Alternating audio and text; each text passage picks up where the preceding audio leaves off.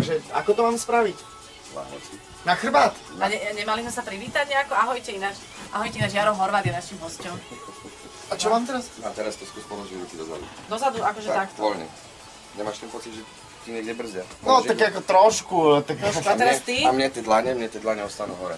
Nie, v podstate už je to lepšie. Ale narovnaj ruky. Už je to lepšie. A čo, v pohode? Kedy si to stalo asi takto? Ale musíš ich vyrovnať. A vieš sa zodvihnúť do zeme sám? Ne, na to budem čakať, keď mi pomôžeš. A zapri mi nohu. Nie. Počkaj, mám palec. Horí. No a toto urobíš? Toto neurobím.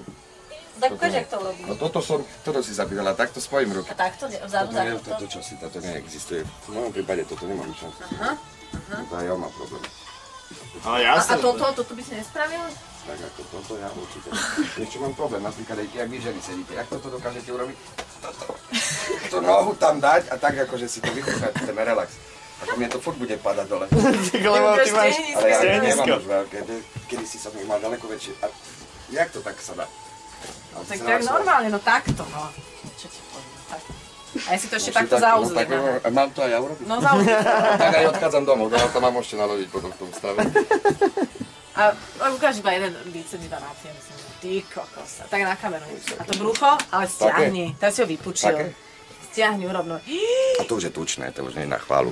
Ježišmaria, to bol Jaro Horvát. Náš najúspešnejší slovenský kulturista.